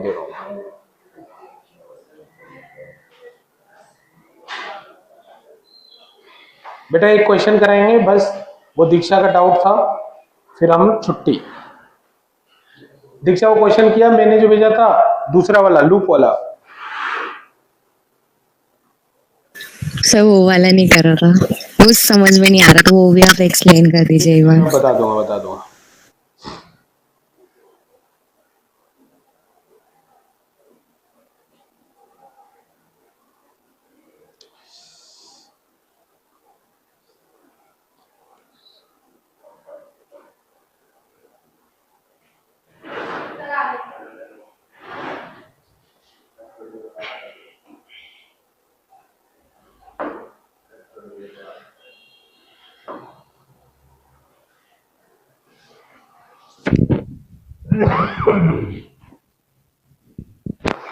करा हूँ आरुष, एक क्वेश्चन है बस वो डिस्कस करें।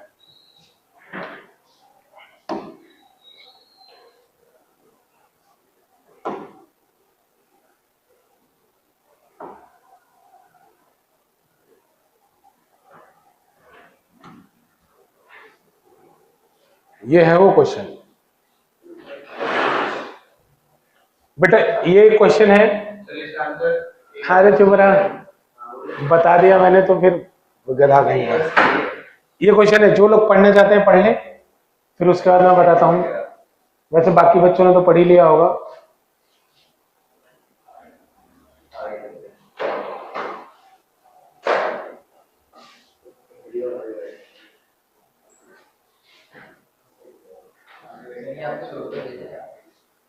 अल्फा में भेजा था मैंने, बाकी ग्रुप में। दीक्षा इसका आंसर क्या है वैसे?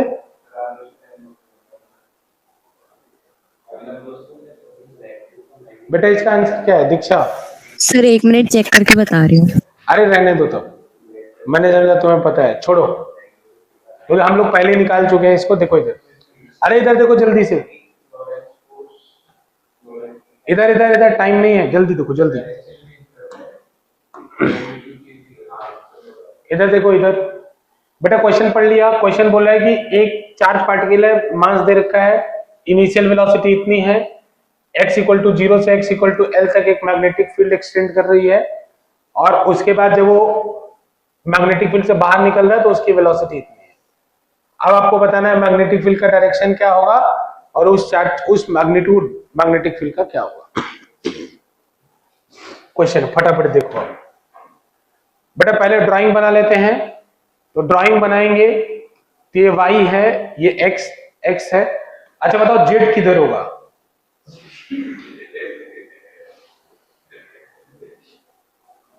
z किधर होगा? अच्छा बताओ z किधर होगा? z अंदर होगा या बाहर? पॉजिटिव z किधर होगा? बाहर की तरफ। देखो चार्ज पार्टिकल की वेलोसिटी अच्छा ये मैग्नेटिक फील्ड एग्जिस्ट कहां से कहां कर रहा है? 0 से लेके l तक। चार्ज पार्टिकल को थ्रो ऐसे किया है 4i कैप से, और बेटा इसके बाद ये चार्ज पार्टिकल कहां निकलेगा, किस डायरेक्शन में निकल रहा है? तो ये निकल रहा है, आप i कैप प्लस है और j कैप भी प्लस है। बेटा यानी इसका जो डायरेक्शन है हेड करने का वो ऐसे है। कैसे पता मुझे? बेटा यहाँ i कैप का भी कोफिशिएंट प्लस है और j कैप का भी कोफिशिएंट प्लस है, तो इसका जो डायरेक्शन हेड करने का है वो ऐसे है।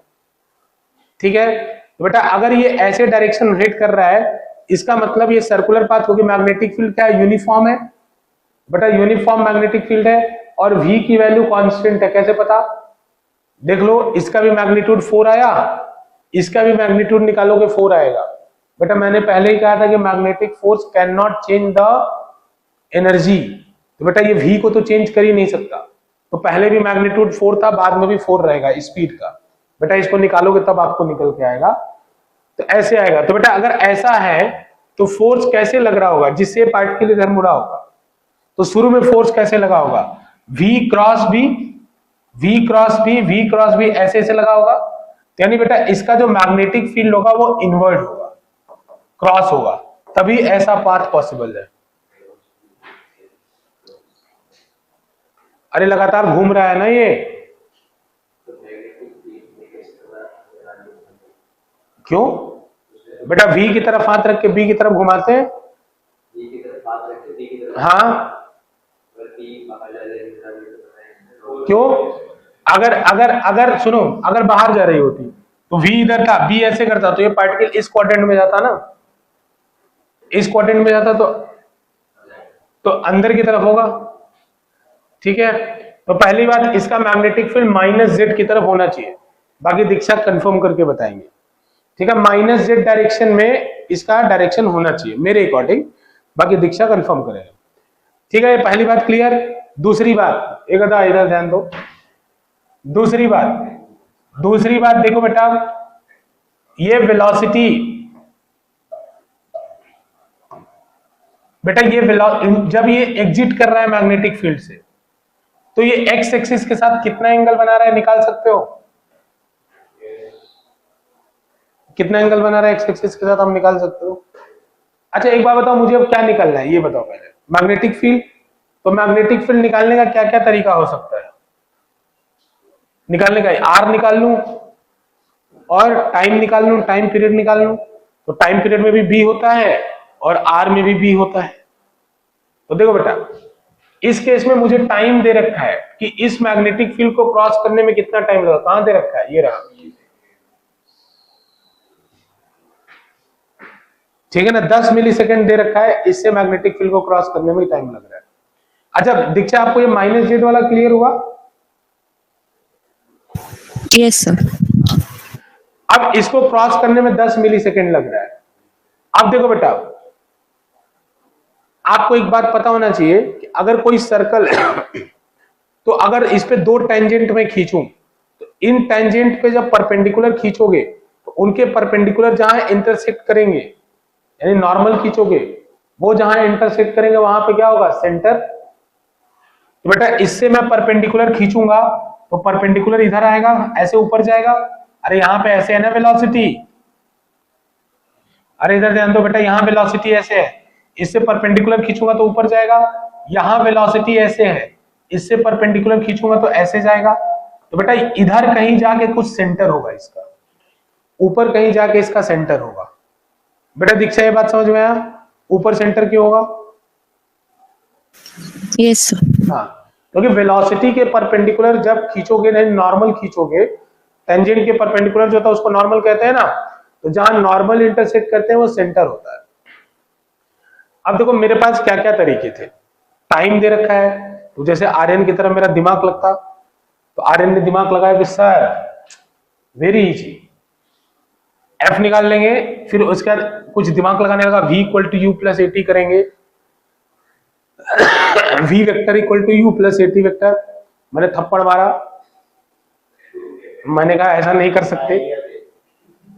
मैंने बोला ऐसा नहीं, अरे समझो क्यों नहीं कर सकते ना, बात टेक्निकल पॉइंट है बेटा। ऐसा आप इसलिए नहीं कर सकते क्योंकि यहाँ पे f का डायरेक्शन हर पॉइंट पे चेंज हो रहा है। अरे अभी f ऐसे है, अभी f ऐसे है, यहाँ पे f ऐसे है, यहाँ पे f ऐसे है, तो f का डायरेक्शन हर पॉइंट पे चेंज हो रहा है ना। तो जब डायरेक्शन चेंज हो रहा है f का, तो एक्सेलरेशन हर पॉइंट पे चेंज हो रहा है। बेटा एक्सेलरेशन कांस्टेंट थोड़ी है, v equal to u plus at लगाने के लिए एक्सेलरेशन क्या होना चाहिए? कांस्टेंट। तो इक्वेशन वो बाहर हो गया। फिर मेरे दिमाग में आया आर्यन के भी कि बोला सर वेक्टर वाला कुछ कॉन्सेप्ट लगा लेते हैं, आई कैप की तरफ कंपोनेंट तोड़ देते, प्रोजेक्टाइल की तरफ जे कैप की तरफ तोड़ देते। ठीक है, अब आई कैप वाला अलग डिस्कस कर लेंगे, जे कैप वाला अलग डिस्कस कर लेंगे। Very good. अब इसमें एक और प्रॉब्लम आ गई, क्या बेटा? अब कंपोनेंट ही हर पॉइंट पे बदलता जा रहा है आपका। बेटा यहाँ तो एंगल कुछ और है, तो अब की बार एक्स की तरफ कुछ और आएगा, वाई की तरफ कुछ और आएगा। तो हर पॉइंट पे बेटा अगर ऐसा होता कि x की तरफ f की वैल्यू सेम होती और y की तरफ f की वैल्यू सेम होती, तब कंपोनेंट वाला काम चल जाता। लेकिन यहां मैं देख रहा हूं हर पॉइंट पे एंगल ही f बदल रहा है, तो कंपोनेंट तोड़ना भी बेवकूफी है। अब पेन रख दो। अब मतलब मैकेनिक्स लॉज ऑफ मोशन तो जवाब दे गया, साथ में काइनेमेटिक्स भी जवाब दे गया। बोला हमारे बस की बात नहीं, हमारे बस की बात नहीं कि इसको कितना टाइम लगेगा क्रॉस करने में, हमारे बस की बात नहीं। फिर गधा है। फिर जब आर्यन ये सब करके थक गए, तब बताया गया कि बेटा एक यूनिफॉर्म सर्कुलर मोशन नामक भी एक चीज होती है, आप उसका इस्तेमाल करें तो जीवन में कुछ उजाला आ सकता है। तो हमने इस्तेमाल किया यूनिफॉर्म सर्कुलर मोशन। कैसे? देखो बच्चों, अब हमने जुगाड़ निकालना शुरू किया, ये सेंटर पे एंगल कितना बना रहा है पूरे पाथ के दौरान, ये हमने सोचना शुरू किया। तो कैसे सोचे? वेरी इजी बेटा, ये वाला एंगल मैं निकाल सकता हूं। कैसे निकाल सकता हूं? v का वेक्टर फाइनल वाला दे रखा है, तो बेटा अगर एक vector ax i cap plus ay j cap है, तो बेटा x एक्सिस से कितना एंगल बना रहा है? तो x एक्सिस से एंगल का फॉर्मूला होता है tan theta equal to ay by x। तो बेटा tan थे, तो ay कितना है? ay है 2,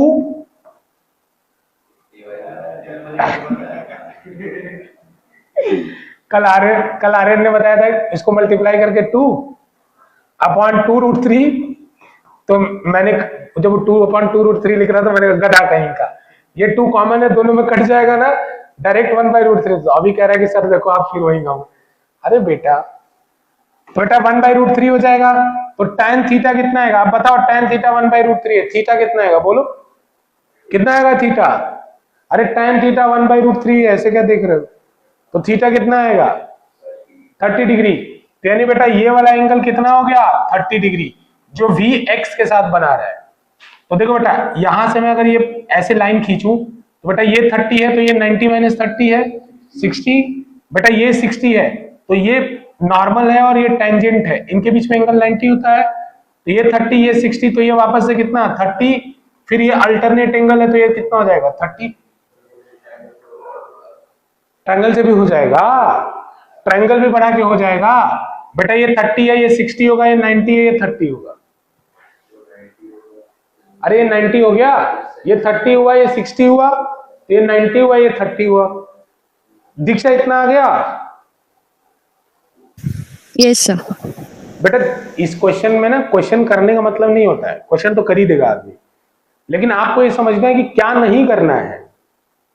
जैसे पहला काम नहीं करना है कि v equal to u plus 80 नहीं लगाना है, क्यों? क्योंकि f बदल रहा है हर पॉइंट पे। दूसरा काम कंपोनेंट नहीं तोड़ना है, तो कंपोनेंट ही हर पॉइंट पे बदल रहा है। आर्यन अब रुक जाओ, फाइनल बात है, मेरा डिस्टर्ब मत करो। हर पॉइंट पे कंपोनेंट बदल रहा है तो वो भी फेल हो गया। तो बेटा ये लास्ट रिसॉर्ट होता है, और ऐसे क्वेश्चन में सावधान रहो। जब ऐसा कोई पूरा मोशन ना हो रहा हो ना, तो ये वाली टेक्निक बहुत कॉमन होती है जिसमें एंगल सेंटर पे बन रहा है। हाँ बोल रहे क्या बोल प्रभु, गलत, तुम पागल हो, तुम क्या चाहते हो? मूर्ख है एकदम, कह रहा है 3 एक्सिस होता है, दो एक्सिस में भी 3 एक्सिस बनाएगा, 3D एंगल बनाएगा, कंपोनेंट कैसे तोड़ूंगा मैं? स्टेरेडियन भाई साहब। देखो इधर ध्यान से, अब ये डन हो गया, 30 डिग्री का एंगल बना। अब मेरा क्वेश्चन सॉल्व हो गया। कैसे सॉल्व हो गया? तो देखो मैं बता रहा हूं बेटा। एक आपने पढ़ा होगा ओमेगा होता है, ओमेगा मतलब एंगुलर स्पीड। ओमेगा का फॉर्मूला क्या होता है? 2 pi upon T, capital T. Capital T मतलब एंगल कितना, अरे angular distance upon total time. अरे डिस्टेंस अपॉन टाइम स्पीड होता है कि नहीं?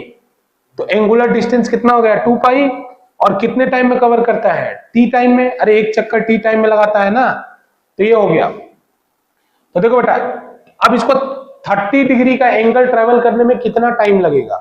तो टाइम का फॉर्मूला होता है डिस्टेंस अपॉन स्पीड। तो कितना डिस्टेंस, एंगुलर डिस्टेंस कितना ट्रेवल किया? पाई बाई 6। बेटा 30 मत रखना, पाई बाई 6 ट्रेवल किया। किस स्पीड से ट्रेवल किया? ओमेगा से। बेटा ओमेगा फिक्स कैसे है? क्योंकि वी फिक्स है। वी फिक्स कैसे है चेक करके देख लो, और नॉलेज से भी चेक कर लो, क्योंकि मैग्नेटिक फोर्स कभी वेलोसिटी नहीं बदलता, स्पीड नहीं बदलता। वेलोसिटी बदलता है, स्पीड नहीं बदलता। तो पाई बाई 6 ओमेगा।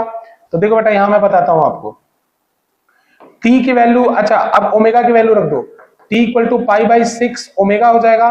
बेटा ओमेगा की वैल्यू रखोगे तो पाई अपॉन 6 इंटू ओमेगा कितना होगा? 2 पाई बाई टी। बेटा 2 पाई बाई टी होगा तो टी ऊपर चला जाएगा तो बेटा टी ऊपर जाएगा तो ये कैंसिल हो जाएगा। तो स्मॉल टी की वैल्यू कितनी आएगी? स्मॉल टी की वैल्यू कितनी आएगी? Capital T by 12। दीक्षा समझ में आया? सर एक बार फिर से एक्सप्लेन कर दीजिए ये वाला। ये बात ठीक है, ठीक है, ठीक है। देखो बेटा एक बार बताओ, ये वाली बात समझ में आई? पहले यहां से शुरू करते हैं, ये समझ में आया? रुक जाओ। Yes sir. दीक्षा ये आ गया। बेटा एक सर्कल में कोई फुल सर्कल चलता है तो एंगल पे डिस्टेंस कितना चलता है? 2 पाई।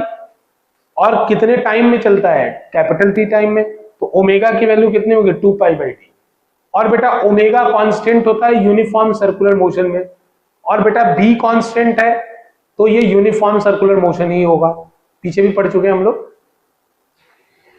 तो बेटा यूनिफॉर्म सर्कुलर मोशन है। अब देखो यहां पे कॉन्सेप्ट मैंने क्या लगाया? बेटा टाइम का फॉर्मूला होता है डिस्टेंस अपॉन स्पीड।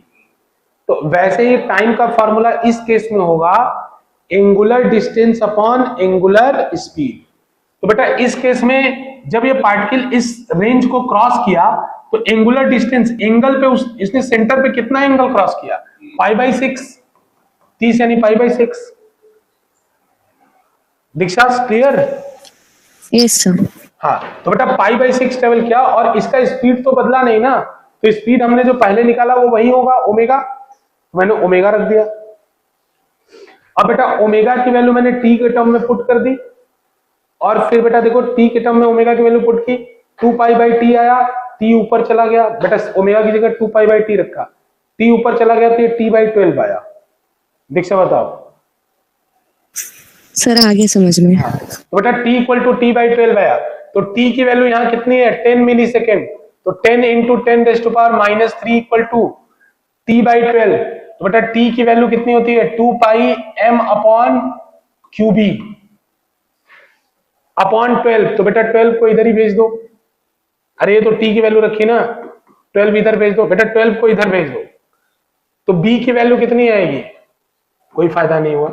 b की वैल्यू कितनी आएगी? 2 pi m upon q into, उधर सॉल्व करना कितना आएगा? 12 इंटू 10⁻⁻²। देखने कुछ हो रहा है क्या? 6 आएगा, 10⁻⁻² ऊपर जाके 100 हो जाएगा, तो 100/6 πm/q। तो बेटा इसको कैंसिल करो, कितना आएगा? 50/3 πm/q। 3q, ठीक है, मल्टी करेक्ट था ये। दीक्षा है समझ? Yes sir. अब इसमें तो कोई याद रखने वाली बात क्या है? याद रखने वाली बात इतनी है, आगे चल के तुम्हें अगर बहुत डिफिकल्ट क्वेश्चन बनाएगा तो सेंटर पे एंगल निकालना। अगर टाइम वाला खेल खेले ना बच्चों कि कितने टाइम में बाहर निकलेगा, कुछ मत करना, सेंटर पे एंगल निकालना और यही वाला काम करना, एंगुलर डिस्टेंस अपॉन ओमेगा, नहीं तो फंस जाओगे। इसके अलावा कुछ और करोगे फंसोगे। पूरा अगर सर्कल कंप्लीट ना हो, सर्कल का कुछ पोर्शन कंप्लीट हो और उसमें वो पूछे कि कितने टाइम में जाएगा बाहर, एक ही तरीका है उस क्वेश्चन को करने का, सेंटर पे एंगल निकाल के बाई ओमेगा कर देना। हाँ बोलो बोलो। हाँ, इनको बोलते हैं यूनिक प्रॉब्लम। यूनिक प्रॉब्लम, देखो फिजिक्स में कुछ क्वेश्चन ऐसे होते हैं जो बच्चा किया है वही करेगा। इन प्रॉब्लम को, जैसे जो बच्चे, कुछ होता है क्वेश्चन कि मैंने बेसिक्स तुमको पढ़ा दिया, अब बेसिक्स पढ़ा दिया तो तुम इधर उधर दिमाग लगा के उससे सॉल्व कर लोगे। कुछ क्वेश्चन ऐसे होते हैं जो आपने किया है तभी आप कर पाओगे, उन प्रॉब्लम को हम कहते हैं यूनिक प्रॉब्लम। ठीक है ना? तो जैसे इसमें अगर बच्चा मान लो पहली बार इस क्वेश्चन को देखे या ऐसे क्वेश्चन को और देखे, जैसे क्वेश्चन क्या आएगा, मैग्नेटिक फील्ड है, उसमें एक चार्ज पार्टिकल 45 डिग्री के एंगल पे एंटर मार रहा है। अब मार रहा है एंगल तो तुम्हें कुछ नहीं करना, उसका पाथ ड्रॉ करना है और सेंटर पे एंगल निकालना है। सेंटर पे एंगल निकल गया, अब करते रहो उसको जो करना है। अरे टी तो बदलना नहीं है, वेलोसिटी उसमें होता ही नहीं है, हमें टेंशन ही नहीं। 2πm/q भी सारी चीजें कांस्टेंट होगी, ओमेगा आ जाएगा, एंगल निकाल लोगे, एंगल बाई ओमेगा करोगे, टाइम आ जाएगा, सुपर इज। लेकिन जिसको नहीं पता होगा भाई, फिर आर्यन जैसा मिस्टेक करोगे, जबकि उसको सब बेसिक क्लियर है, लेकिन मिस्टेक करोगे, v = u + at लगाओगे पहले, क्योंकि टाइम गिवन है। फिर और दिमाग लगाओगे और दिमाग लगाओगे और दिमाग लगा के फिर कंपोनेंट तोड़ के लगाओगे, कंपोनेंट में भी फेल हो जाओगे, क्योंकि एफ का डायरेक्शन ही हर पॉइंट पे बदल रहा है। कोई ऑप्शन ही नहीं है सिवाय एंगल निकाल के बाई ओमेगा करने का। बहुत अच्छा बेटा, जो क्वेश्चन ग्रुप में उसको करना दीक्षा, ठीक है? ट्राई करना, मैं बता दूंगा। आर्यन से भी नहीं हुआ था, इनसे भी। तुमने किया हो क्वेश्चन दोबारा अटेम्प्ट? वो जो स्क्वायर वाला था, करंट जाके डिवाइड हो रहा था, I1 और I - I1। आर्यन ने कर लिया था, चेहरा देखा अपना कभी? गधा कहीं। मैंने बताया था इसको क्वेश्चन, कह रहा है आर्यन ने कर लिया था। ठीक है बच्चों, जाओ।